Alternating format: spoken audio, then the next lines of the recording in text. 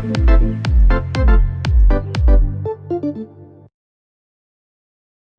and welcome to our introduction to the Ukrainian national final. We have gone through 2 semi-finals of 8 songs apiece, and we are shortlisted down to just 6 for the grand final of Vidbir 2020. So who's going to win? Well, that's what Costa and I are here to discuss for you to make the right choice in your Eurovision prediction this week.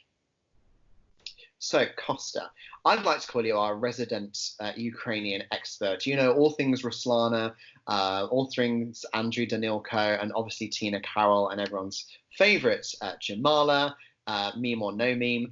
But that's why you're here, to kind of give us a bit of a steer on this. But I think it's fair to say that what we got in Ukraine this year, both semi-finals and final, is a very varied selection of different types of song, but also whilst they're all kind of, there isn't really too many slow songs as such. They all have kind of different feelings and different meanings, and I think it's quite a varied final. I would agree. Once we first got a statement from the Ukrainian broadcaster UAPBC about where they'll go with the selection, having just confirmed their participation in the contest after obviously last year, they said that they were explicitly not going to allow artists who have performed in Russia since 2014 to participate in Vidbir from now on, after the whole Maruf scandal, which we won't go into right now. And I was quite, but I did. Yeah, I was quite worried because that would have, in my mind, that meant that they were going to go for like lesser known artists who are less established. And usually, if you're successful in Ukraine, you're successful in Russia. After a certain level, like you do just kind of naturally cross over into that much larger market. However, the actual output and what we've seen from the 16 songs of the selection overall were incredibly strong. Like you said, a very mixed bunch, and showcased a lot of different aspects of the Ukrainian music scene, more so than before, because you've had a lot of hip hop. Especially, I'm going to name Faux Show as a dearly missed act that isn't in the final, but was really impactful and had a really fantastic song with a cool message and really great stage presence. And I think the final 6 bar 1 song, which I rather not talk about, is very again, you have a lot of great choices, a lot of great options that would do different things for Ukraine at Eurovision and push the country's record into a different direction. Hopefully not into non-qualification territory, but that's another thing. Yeah, who is your favourite? I'm just going to ask you straight up. So I have 2 favourites in different ways. I love Bonfire by Tvorchi. I think it's a really unique take. I think the drop is sensational, and it just gives me those kind of like, I feel like I really vibe to it. I think it's a really great piece of music. I feel like it comes on, and it doesn't matter where I am, I kind of like have a bit of a bop. But my second choice in a different way is Solovey by Goa, because I think it really encapsulates the essence of the ethnic elements of Ukrainian pop that we do love to see at Eurovision. We've seen them so often. But what I actually do want to point out, and I know you don't want to touch on one of these finalists for the fact that it is really cut from the rest. That's really clear when you actually look at the televoting percentages of all the finalists. So the 2 winners of each semi-final scored 22.69% and 22.03% apiece. Both semi-finals had 8 songs, so that's very representative. The runner-up in both semi-finals scored there or thereabouts the same percentage. Solovey 18.11% and Kaya in the other semi-final 17.87%.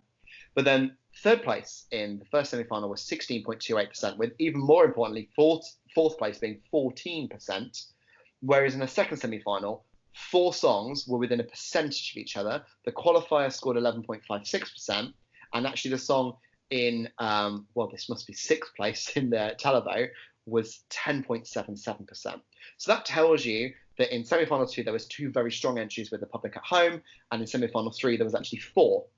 So you could make an argument that Cloudless in semi-final 1, who were cut, actually have been totally robbed by the scoring system and by the way the semi-finals work.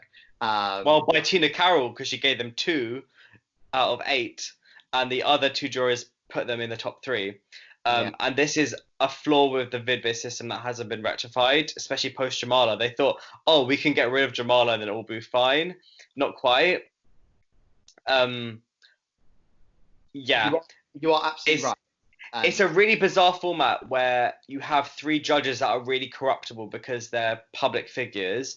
They are giving their scores and commentary live. Last year, they begrudgingly allowed Maruv to win. They would have definitely put her lower had they not known that they would have gotten like a bunch of death threats probably for scoring her low, because they got booed a lot when they revealed their jury scores in the semi last year.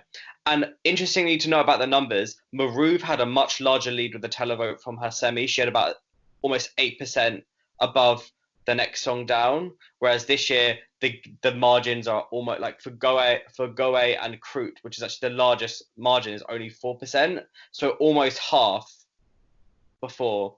So I feel like there's 4 songs that could potentially do it. And I did want to know that Goe is actually currently leading my Eurovision scoreboard.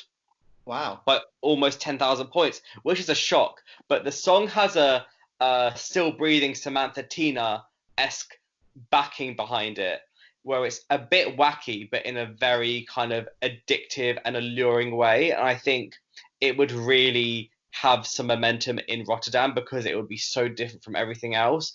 It's like an elevated Tulia, as we said in an earlier discussion. I'm going to also throw into the mix. I think it has elements of Halane.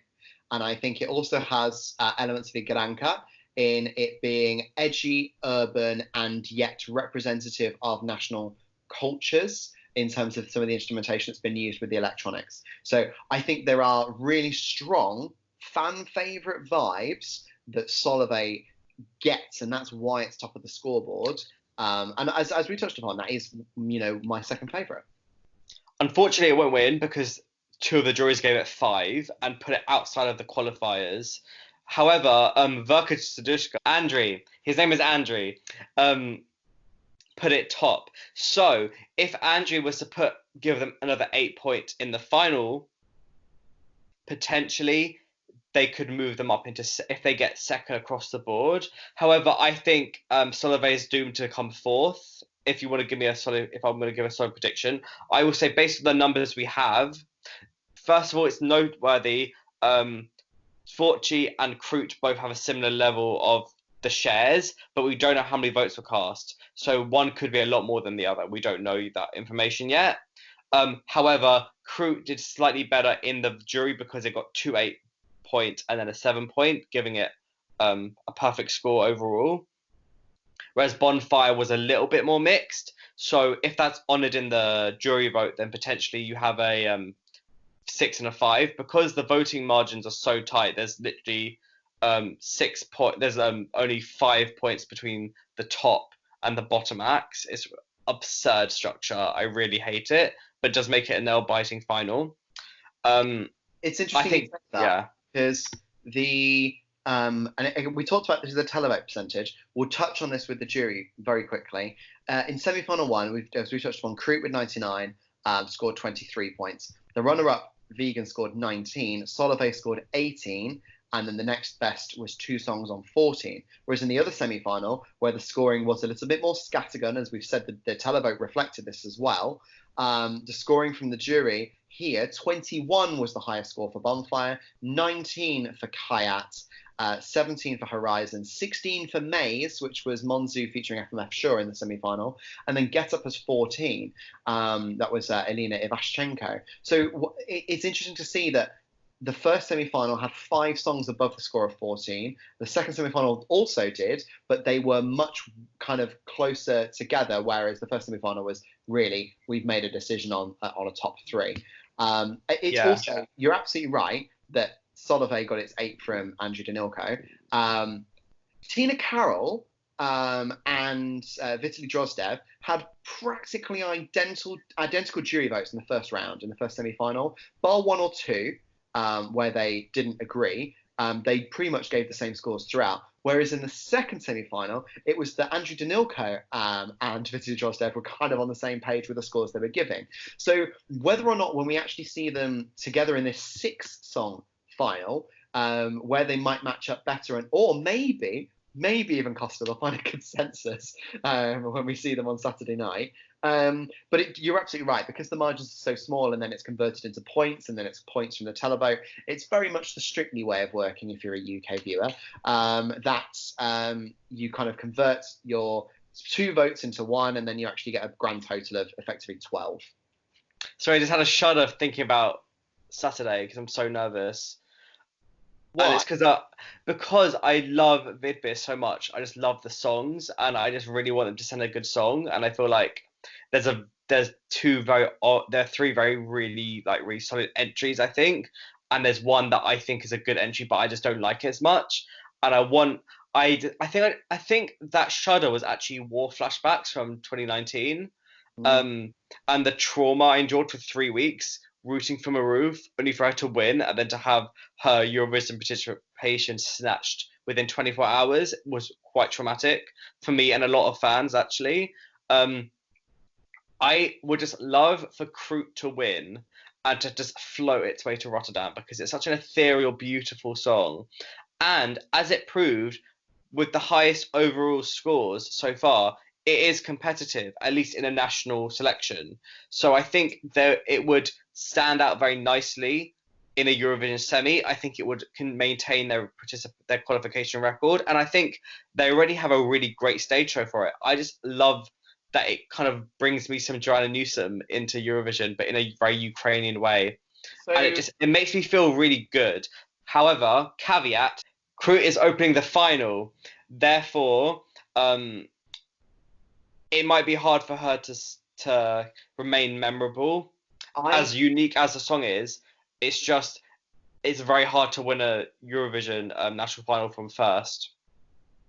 I think her strongest point, in Kroot's sense, I say her because it's female-led, whereas Tvorchi's male-led. Kroot is the kind of entry that does very well with a national audience, and then you stick it on a big stage. I'm going to drill it down to its common denominator. It's a woman with a harp, and if you drill it down onto, and I'm not being funny, we know this stage is huge. It's flat. It's got 3 layers to it.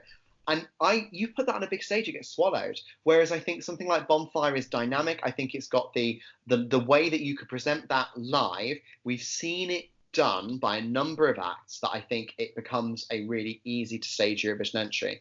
I do agree with you that I think opening the final is its not weakest moment, but I think its biggest hurdle to overcome is the fact that Kroot has to open a semi-final, and then you're comparing every song compares to it. The thing that works in Kroot's favour is that the joke entry is in between it and Solveig, which is the other big popular song, particularly locally.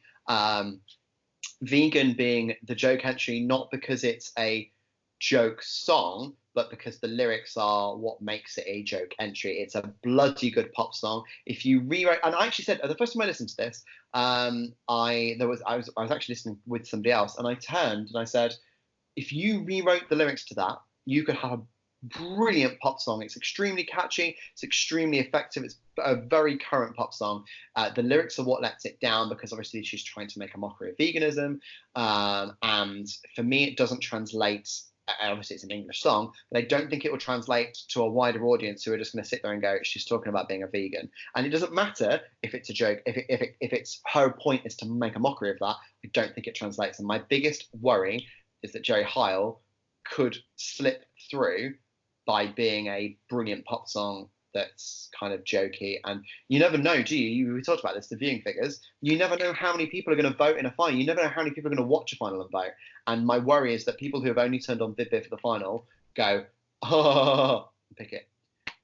Whereas Solveig, Bonfire are better entries, and those I think would best represent Ukraine at a big Eurovision Song Contest. I'm going to challenge you on the fact that Jerry Heil qualified, I think she was 4th in the televote, I believe. No, she was above Cloudless. Sorry, 3rd in the televote by some margin. And I think she has no chance of winning, because it was absurd that she came 2nd in the jury vote over Goe. That was absurd, quite frankly. I don't think that happened again. remember Freedom Jazz last year bizarrely won its semi quite comfortably and then dropped to fourth in the jury vote. Wait, no, it still won no, they won the jury vote. Oh my God. But dropped to fourth in the televote having opened the semi. So I feel like a similar thing could happen with Kroot potentially. And I want to talk about, before we kind of go into our overall prediction, and I have a pretty fixed idea about what I think is going to happen. Kayak could upset things. Returning artist to Vidbir has a fire song. It's so catchy. It's really high impact. It is the closest thing we have to Siren Song in this final. And it sounds very like in tune with what the top Ukrainian pop stars are putting out at the moment. His vocals are jarring. I know you're going to say it, but I think it's also a very good package and it's staged impeccably well. I'm going to give you a second counter to that. Considering there are only 6 songs in the final, it's worth mentioning that Kayak was Andrew Danilko's 3rd favourite, and Maze didn't qualify. And Call for Love was Drozdev's 4th favourite. Again, Maze didn't qualify, but he had Horizon above that. I think if you've got to remember that Call for Love, Horizon, and Bonfire are all in the same final here, and one juror is already favouring Horizon, the other one only had it above Horizon. There was another song that was in there. When you put the other songs in from the first semi-final, where, as we kind of touched upon before, they are broadly on the same page with the scores for 99 for certain. For Solove, they are broadly on the same page, and maybe they will change their opinion now. But again, Vegan, they're very broadly on the same page in the same way that Solove, only one juror upsets that scoring balance between the two jurors that are in favour. And that's my thought process with Kayak, is that his jury score was inconsistent. It's 3 different scores as opposed to other entries where they are kind of Bonfire, 2 people are given the same score. 99, 2 people are given the same score. Solove, 2 people gave the same score. Vegan, 2 people gave the same score. So from a consensus point of view, and you know full well you have this thing called echo chambers, don't you? And it may well be that the jury goes away and comes back and sits in the final, and they've kind of maybe they've had a conversation, you never know. But the fact that, I'm not saying the jury scores look suspect, but what I'm saying is that you will have jurors will go away and 2 people might agree and have one outlier. And in that case, you might still see the same thing come in the grand final. Okay, so to kind of close off, firstly, the Stats the Stats Nathan mentioned earlier, I have done a piece on the Vidbir voting stats that we have so far that they've just been published on ESCXTRA that you can check out now. They'll be on Twitter and Facebook as well, that you can have a look at. And I think in terms of my prediction, firstly, a caveat. Despite being one of the hosts of Eurovision Prediction, I am not even in the top 100 of the leaderboard.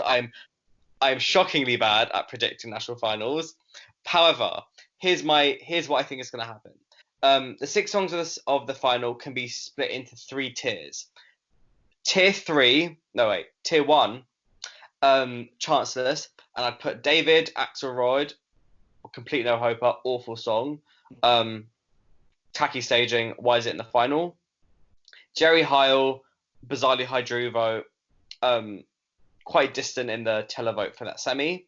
Then the next tier up, unlikely to win, but could if the jurors change their mind, and the televote gets behind it based on a strong performance, being in the middle of the running order, potentially having some leverage there, knowing that Maruv won from 3rd last year.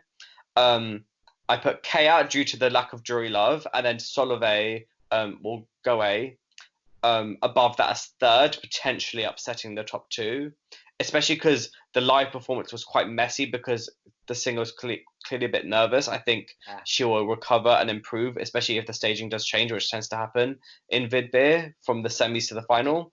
And then the top 2, it's very tight, and I'd put Tvorchi just above Kroot, purely based on running order. However, I think Kroot will win the jury vote and then Tvorchi will win the televote, and then it'll be whichever manages to dislodge the other, either through the other 2 going above one of the other in one of the votes, or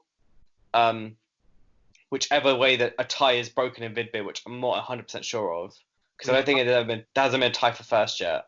Well, interestingly enough, in the semi-final 2 of Vidbir this year, 2 songs did tie on 8 points in 4th and 5th place. They were split by the televote. The one with the high televoting percentage is the one that came 4th. The one with the lower televote and therefore the high jury vote is the one that came 5th. So we could suggest that this would work like most other national finals in which the televote makes the decision. I completely agree with you. I think you've summarised lovely there with your top tiers and your mid tiers and your low tiers. And I completely agree with your categorisation. I'm equally as shaky at predicting as you are, having only got 1 of 3 last weekend. But Tvorchi and Bonfire is going to be my choice for Ukraine. Okay. So we've made our decisions on Ukraine. It's now up to you to make your decisions, along with all the other shows this week. But if you've liked our kind of summary of Vidbir, you can like this video, comment below with what you think is going to happen, and make sure that you've pushed the notification bell to get the push notifications through to your laptops and through to your phones every time we do upload one of our videos. But for now, it is goodbye from Costa and myself, and we'll see you all soon.